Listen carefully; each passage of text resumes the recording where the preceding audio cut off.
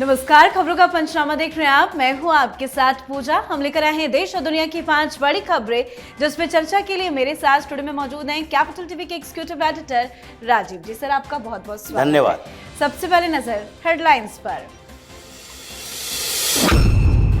बिहार चुनाव में मिली प्रचंड जीत के बाद पीएम मोदी का मिशन दक्षिण आज आंध्र प्रदेश तमिलनाडु के दौरे पर पहुंचे। कोयंबटूर से जारी की पीएम किसान योजना की 21वीं किस्त, 9 करोड़ किसानों को बड़ी सौगात। बिहार में कल नई सरकार का भव्य शपथ समारोह, नीतीश कुमार 10वीं बार लेंगे सीएम पद की शपथ। पीएम मोदी समेत तमाम बड़े नेता रहेंगे मौजूद। 20 नवंबर को 20 मंत्री के साथ सीएम पद की शपथ लेंगे नीतीश कुमार। मंत्री पद को लेकर डील डन, जेडीयू बीजेपी में सब कुछ फाइनल। जज, नौकरशाह और राजदूतों समेत 272 हस्तियों का राहुल गांधी को खुला लेटर। चिट्ठी में लिखा, ईसी को बदनाम कर रहे हैं राहुल गांधी। दिल्ली ब्लास्ट का पाकिस्तान कनेक्शन, पाक नेता का बड़ा कबूलनामा। कहा, हमने लाल किले से लेकर कश्मीर तक भारत पर हमला किया, साथ ही ख्वाजा आसिफ को सताने लगा यह स्ट्राइक का डर। खबरों की शुरुआत में सबसे पहले बात पीएम मोदी के मिशन दक्षिण की। भारत के दक्षिणी राज्यों तमिलनाडु, केरल में अगले साल विधानसभा चुनाव है। चुनाव को देखते हुए पीएम मोदी मिशन दक्षिण फतह में जुट गए हैं। प्रधानमंत्री नरेंद्र मोदी आज आंध्र प्रदेश के और तमिलनाडु के दौरे पर रहे। पीएम मोदी एक तरफ जहां आंध्र प्रदेश के पुट्टुपर्थी में सत्य साईं बाबा के शताब्दी समारोह कार्यक्रम में शामिल हुए, वहीं दूसरी तरफ तमिलनाडु के कोयंबटूर से पीएम किसान योजना की 21वीं किस्त जारी की गई। जन्म शताब्दी इवेंट में सीएम, मुख्यमंत्री चंद्रबाबू नायडू, डिप्टी सीएम पवन कल्याण, एक्ट्रेस ऐश्वर्या राय और पूर्व क्रिकेटर सचिन तेंदुलकर भी मौजूद रहे। इस दौरान ऐश्वर्या ने पीएम मोदी के पैर भी छुए, जिसका वीडियो सोशल मीडिया पर जबरदस्त वायरल हो रहा है। सर, बिहार में तो बीजेपी की प्रचंड जीत, अब साउथ को लेकर क्या है पीएम मोदी का प्लान? देखिए, प्रधानमंत्री मोदी अथक प्रयास में लगे रहते हैं, वो मेहनत करते हैं और उसका परिणाम सामने आता है। परिणाम सामने आता है तो प्रोत्साहन भी मिलता है। अब दूसरी तरफ जो प्रोत्साहन नहीं मिलेगा, परिणाम सामने नहीं आएगा, क्योंकि वो मेहनत नहीं करते। ये जो विपक्ष में बैठी हुई पार्टियां हैं, और फिर उंगली उठाएंगे कि प्रधानमंत्री मोदी ने गलत तरीके से चुनाव जीत लिया है।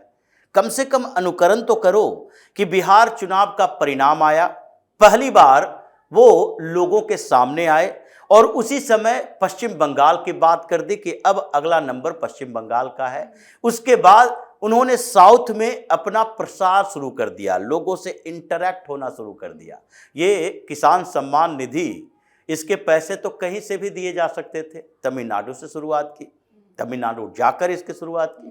तो इसका मतलब है कि तमिलनाडु में जो अभी स्टालिन डरा हुआ है, उसकी डर की वजह यही है कि भारतीय जनता पार्टी जिस तरीके से पिछले लोकसभा चुनाव के दौरान प्रयास कर रही थी और एक नैरेटिव चेंज करने की कोशिश की है कि ये द्रविड़ियन पार्टी और खासकर ये डीएमके सनातन विरोधी पार्टी बन गई है, और इसको उखाड़ना उसी तरह जरूरी है जैसे कांग्रेस शासित प्रदेशों में जैसे मुस्लिम अपीजमेंट के नाम पर सनातन का विरोध किया जाता रहा है, राम मंदिर का विरोध किया जाता रहा है। अब वो नैरेटिव धीरे धीरे तमिलनाडु के गांव तक पहुंची है, लोग उत्साहित हैं, और अभी वहां पर मल्टी पार्टी फाइट चलेगा। थलापति विजय ने भी अपनी पार्टी बनाई है डीएम के खिलाफ, और दूसरी तरफ एआईडीएमके और भारतीय जनता पार्टी का गठबंधन डील हो चुका है फाइनल। अब ऐसे में स्टालिन डरा हुआ है, पिनराई विजयन और कांग्रेस ये दोनों एक दूसरे पर आरोप लगा रहे हैं। तो भारतीय जनता पार्टी कुछ तत्काल की प्लानिंग में नहीं चलती कि नहीं इस बार तमिलनाडु में सरकार बना लेंगे, केरल में सरकार बना लेंगे। इतने दिनों के प्रयास के बाद केरल में एक सांसद आए भारतीय जनता पार्टी के, अगली बार 10 सांसद आएंगे, कांग्रेस वहां से भी साफ हो जाएगी। और इस बीच विधानसभा चुनाव में भारतीय जनता पार्टी बेहतर उपस्थिति दर्ज करवाने का प्लान बना रही है। जी, अब बात बिहार की। बिहार की राजनीति के लिए कल का दिन काफी अहम है, क्योंकि कल बिहार में नई सरकार का शपथ भी होना है। कल नीतीश कुमार 10वीं बार सीएम पद की शपथ लेंगे। शपथ कार्यक्रम पटना के गांधी मैदान में काफी ज्यादा भव्य होगा, जिसमें प्रधानमंत्री नरेंद्र मोदी, कई राज्यों के मुख्यमंत्री, केंद्रीय मंत्री और एनडीए के वरिष्ठ नेता शामिल होंगे। अनुमान है कि लाखों लोग इस ऐतिहासिक पल के साक्षी बनेंगे। शपथ ग्रहण से पहले आज एनडीए के दो प्रमुख दल जेडीयू और बीजेपी अपने अपने विधायक दल की बैठक की। एनडीए की भी बैठक हुई, जिसमें नीतीश कुमार को विधायक दल का नेता चुन लिया गया। राज्यपाल से मुलाकात कर नीतीश ने इस्तीफा भी दे दिया और नई सरकार बनाने का दावा भी पेश कर दिया है। सर, नीतीश का इस्तीफा और नई सरकार बनाने का दावा भी पेश। कल का शपथ कितना इंपॉर्टेंट और कितना खास होने जा रहा है? देखिए, जिसके पास शक्ति है उसको प्रदर्शित भी करना चाहिए। अगर आप शक्ति का प्रदर्शन नहीं करेंगे तो शक्ति का संतुलन स्थापित होगा नहीं। इन लोगों के पास जितनी ताकत है, जितनी भी ताकत है विपक्ष में बैठी पार्टियों के पास, वो अपने शपथ ग्रहण समारोह में वैसे ही ताकत का प्रदर्शन करते हैं। ममता बनर्जी भी शपथ लेती है तो इन लोगों को इनवाइट करती है, चाहे दूसरे स्टेट के लीडर हों जिनको सत्ता मिली नहीं हो, उनको भी बुला लेती हैं। तो ऐसे में एनडीए का शक्ति प्रदर्शन तो जरूरी है। और बिहार जैसे राज्य में जहां पर सफलता ऐसी मिली है जिसको किसी को उम्मीद नहीं थी, ये तो उम्मीद करना कि 20 सालों के एंटी इनकम्बेंसी के बाद प्रो इनकम्बेंसी सामने आया, मतलब सरकार के प्रति लोगों का विश्वास सामने आया और सरकार में शामिल पार्टी यानी भारतीय जनता पार्टी पर लोगों का विश्वास और ज्यादा बढ़ा। जो कहा जा रहा था कि पिछली बार की तरह नहीं बल्कि इस बार 50-55 सीटों पर भाजपा निपट जाएगी, 89 सीटों पर पहुंच गई। 89 सीट, सबसे बड़ी पार्टी।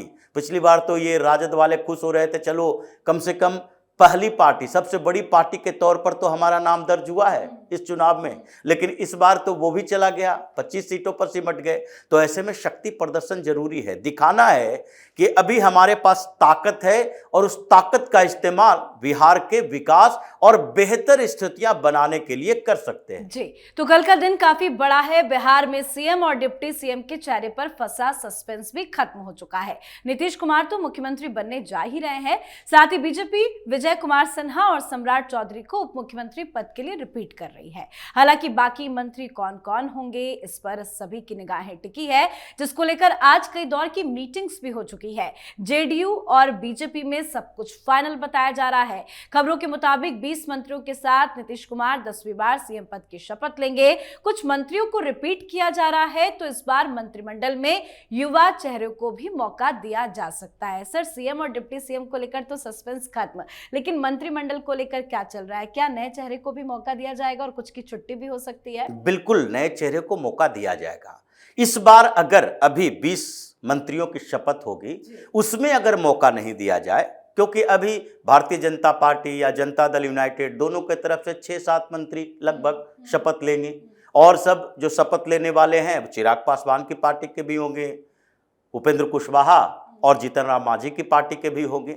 तो इसीलिए कुछ सीटें रिजर्व रखी गई है, क्योंकि तत्काल इतने कम समय में जीत हुई, जीत का जश्न मनाया जा रहा है, मीटिंग का दौर चल रहा है, एनडीए की अलग मीटिंग, बीजेपी की अलग मीटिंग, विधायक दल का नेता भी चुनना है। तो इतनी जल्दीबाजी में अच्छे लोगों को जो कि काम कर सके, सारे चेहरे पहचानना मुश्किल हो जाता है। इसलिए प्लान किया गया कि अभी कुछ जो जरूरी है कि इनको मंत्री बनाना ही है, वरिष्ठ नेता हैं, लंबे समय से काम कर रहे हैं, इन्फ्लुएंशियल लीडर हैं, जो कि लोगों के बीच भी लोकप्रिय हैं, लोगों की पहचान उनके साथ जुड़ी है। तो ऐसे में कुछ लोगों का शपथ करवा देते हैं। उसके बाद जो 16 मंत्री का पद बचेगा उसमें से तय कर लेंगे भारतीय जनता पार्टी से कौन नए चेहरे आ सकते हैं, और उन लोगों की खोज जारी है, बातचीत चल रही है। अलग अलग विधायकों के 10-10, 15-15 विधायकों के गुट बनाए गए हैं, जिससे बातचीत चल रही है कि इनमें से कौन सा ऐसा वाइब्रेंट लीडर है जिसको आगे के लिए अलग अलग क्षेत्रों से, ये क्षेत्र के लेवल पर भी है कि मगध रीजन से क्या होना चाहिए, मिथिलांचल से क्या होना चाहिए, दरभंगा के क्षेत्र से किसे ऊपर उठाना है कि आगे लंबे समय तक हमारे लिए अच्छा काम कर सके। आसपास के विधानसभा क्षेत्र, मतलब मंत्री बनने का मतलब ये नहीं होता है कि आप एक विधानसभा क्षेत्र में जीत गए, उसके बाद आसपास के क्षेत्रों में आपकी कोई पहचान ही नहीं है। तो वो नेता तलाश किए जा रहे हैं, नए चेहरे को मौका तो दिया ही जाएगा। जी, चलिए बढ़ते हैं आगे। देश के 272 पूर्व शीर्ष अधिकारियों, जजों, राजनयिकों और सेना के अफसरों ने राहुल गांधी और कांग्रेस पार्टी पर गंभीर आरोप लगाए हैं। इन लोगों ने एक खुला पत्र जारी कर कहा कि कांग्रेस और राहुल गांधी चुनाव आयोग सहित संवैधानिक संस्थानों में जनता का भरोसा कमजोर करने की कोशिश कर रहे हैं। Assault on national constitutional authorities नाम के टाइटल वाले पत्र में कहा गया कि कुछ विपक्षी नेता जहरीली बयानबाजी और बिना सबूत के आरोपों के जरिए ये दिखाने की कोशिश कर रहे हैं कि देश की संस्थानें ठीक तरह से काम नहीं कर रही। साइन करने वालों ने आरोप लगाया कि सेना, न्यायपालिका और संसद के बाद अब कांग्रेस का निशाना चुनाव आयोग है। पत्र में यह भी कहा गया कि राहुल गांधी बार बार वोट चोरी के आरोप लगाते रहे, लेकिन उन्होंने आज तक कोई आधिकारिक शिकायत या एफिडेविट जमा नहीं किया। उनके 100% प्रूफ एटम बम और देशद्रोह जैसे दावों को भी बिना आधार बताया गया। साथ ही पूर्व अधिकारियों ने यह भी कहा कि कांग्रेस, विपक्ष और उससे जुड़े एनजीओस बार बार चुनाव आयोग को बीजेपी की बी टीम बताकर बदनाम करते रहे, जबकि ईसी लगातार अपने तरीके, डेटा और प्रक्रियाएं सार्वजनिक कर रही है। सर, ये जो चिट्ठी आई है, क्या राहुल गांधी की मुसीबत बढ़ गई है? देखिए, जिस तरीके के भारत में सिचुएशन क्रिएट हो रहे हैं देश के अंदर, ये पूरा का पूरा क्षेत्र जो एक वैसे आतंकी घटनाओं को भी किसी न किसी तरह से लीपापोती के माध्यम से कांग्रेस के अंदर बैठे हुए लोग, इसके बाहर के लोग, जो इंटेलेक्चुअल क्लास है जो इसको समर्थन देता है, और इन लोगों ने सबने मिलकर ये नैरेटिव क्रिएट करने की कोशिश की कि नहीं नहीं, इस्लामिक आतंकवाद नहीं होता है, ये जो पकड़े जा रहे हैं इसका कोई धर्म नहीं है। तो दो लोग इतने सालों से देश की सेवा कर रहे हैं, उनके अंदर भी एग्रेशन है, और उन लोगों ने अपने अंदर के एग्रेशन को निकाला है कि नहीं, अब राहुल गांधी केवल पॉलिटिकल क्लास के लिए विरोधी नहीं बने हुए हैं, ये राजनीति में प्रतिस्पर्धी नहीं हैं, बल्कि देश के लिए खतरा बने हुए हैं, देश की छवि खराब कर रहे हैं।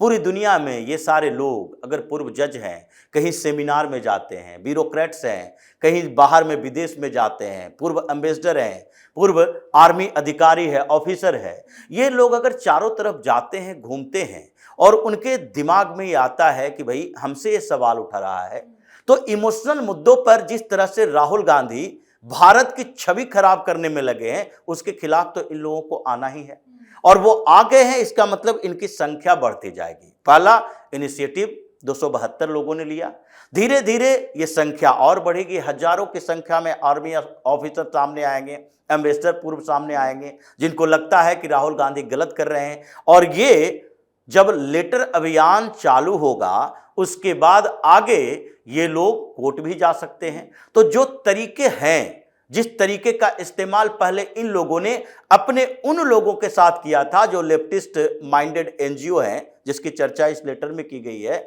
इन लोगों के साथ मिलकर मोदी को बदनाम करने की कोशिश 10 साल पहले जो कांग्रेस ने की थी, अब राहुल गांधी को पता चलेगा कि सच्चाई क्या होती है। अब वो लोग सामने आ रहे हैं जो देश से प्यार करते हैं, तो राहुल गांधी की मुसीबत तो आगे और भी बढ़ने वाली है। जी, अब बात आज की आखिरी खबर की। दिल्ली में हुए लाल किला ब्लास्ट के तार अब मुंबई से भी जुड़ते नजर आ रहे हैं। आज मुंबई में अलग अलग जगहों पर छापेमारी की गई और कुछ लोगों को हिरासत में भी लिया गया। अब जांच एजेंसियां ऐसे डॉक्टरों के बारे में जानकारी इकट्ठा कर रही है जिन्होंने पाकिस्तान, बांग्लादेश, संयुक्त अरब अमीरात और चीन से अपनी डिग्री हासिल की है। साथ ही भारत में लगातार हो रहे एक्शन को लेकर पाकिस्तान में खलबली तो मची है। भारतीय सेना प्रमुख जनरल उपेंद्र द्विवेदी ने हालिया बयान में पाकिस्तान से खलबली मच गई। उन्होंने कहा था कि ऑपरेशन सिंदूर सिर्फ एक ट्रेलर था। इस बयान के बाद पाकिस्तान को फिर से एयर स्ट्राइक जैसी कार्रवाई का डर सताने लगा है। पाकिस्तान के रक्षा मंत्री ख्वाजा आसिफ ने दावा किया कि भारत कभी भी बॉर्डर पार हमला कर सकता है और उनके मुताबिक पाकिस्तान इस संभावना को नजरअंदाज नहीं कर सकता। साथ ही पाकिस्तान के पूर्व पीओके प्रधानमंत्री चौधरी अनवरुल हक का एक वीडियो सामने आया जिसमें वो खुलेआम स्वीकार करते हुए दिख रहा है कि भारत में हुई कई आतंकी हमलों के पीछे पाकिस्तान का हाथ है। हक ने कहा कि हमने भारत को लाल किले से लेकर कश्मीर के जंगलों तक मारा है। सर, दिल्ली ब्लास्ट के बाद तो भारत में लगातार जांच तेजी से चल रही है, कार्रवाई भी हो रही है, लेकिन पाकिस्तान को क्यों यह स्ट्राइक का डर सता रहा है? देखिए, पाकिस्तान एक बुजदिल देश है जिस तरीके की बातें ये लोग, पीओके के पूर्व प्रधानमंत्री ये बात कर रहा है कि हमने भारत को कश्मीर से लेकर लाल किले तक, संसद तक मारा है। ये मारने का मतलब क्या होता है? अगर कोई व्यक्ति जा रहा हो और पीछे से उसे छुरा भोग दिया जाए तो उसे धोखेबाज कहा जा सकता है। ये आतंकवादी हमले करके तुम मारने की बात कर रहे हो, और जब हमने तुम्हारे घर में घुसकर डायरेक्ट, ये ऐसे नहीं है कि केवल और केवल स्ट्राइक के समय, ये युद्ध के समय भी 1948, 1965, 1971 हर समय भारत की सेना ने तुम्हारी औकात बताई, जाकर तुम्हारी औकात बताई, तुम्हारे घर में घुसकर। उसको लेकर अगर तुम्हारे अंदर बेशर्मी नहीं है तो फिर उसके बाद आगे ऐसे बयान देते रहो और इनवाइट करते रहो अपनी बर्बादी को। इसीलिए ख्वाजा आसिफ डरा हुआ है। उसको लग रहा है कि जैसे जैसे सबूत पाकिस्तान की तरफ इशारा कर रहा है, भारत की सेना की तैयारी बढ़ रही है। और इस बार जो पिछली बार हमले हुए, पिछली बार स्ट्राइक किया गया, युद्ध जैसे हालात हुए, युद्ध फुल फ्लेज नहीं हुआ, वैसी स्थिति में भी अभी पाकिस्तान उससे निपट नहीं पाया। 6 महीने से ज्यादा समय गुजर चुका है, मरम्मत कार्य ही चल रहा है। इस बार अगर भारत ने अटैक किया तो क्या हम संभल पाएंगे? क्या कोई हमें बचा पाएगा? कहीं ईरान वाली स्थिति पैदा ना हो जाए। इसलिए इन लोगों को अब विदेशी मदद की जरूरत है, सपोर्ट की जरूरत है। बोल बोल कर ये परसेप्शन क्रिएट करने की कोशिश कर रहा है कि भारत हमला करने वाला है, हमला करने वाला है, तो उधर से ट्रंप आ जाए, उधर से यूरोपीय संघ आ जाए, उधर से यूएन की तरफ से आ जाए। नहीं नहीं, 2 परमाणु देशों के बीच युद्ध नहीं होना चाहिए, लेकिन होगा नहीं, यह स्थिति नहीं आएगी। भारत जब हमला करेगा तो उस समय पाकिस्तान को समझ नहीं आएगा कि इस बार छिपने के लिए उसे जगह कहां मिलेगी। जी, बहुत बहुत धन्यवाद सर, समझाने धन्यवाद। के लिए। तो खबरों का पंचनामा में आज के लिए फिलहाल इतना ही। देश विदेश की बाकी खबरों और उनके सटीक एनालिसिस के लिए देखते रहिए कैपिटल टीवी। हमें लाइक कीजिए, शेयर कीजिए और कैपिटल टीवी को सब्सक्राइब कीजिए। नमस्कार।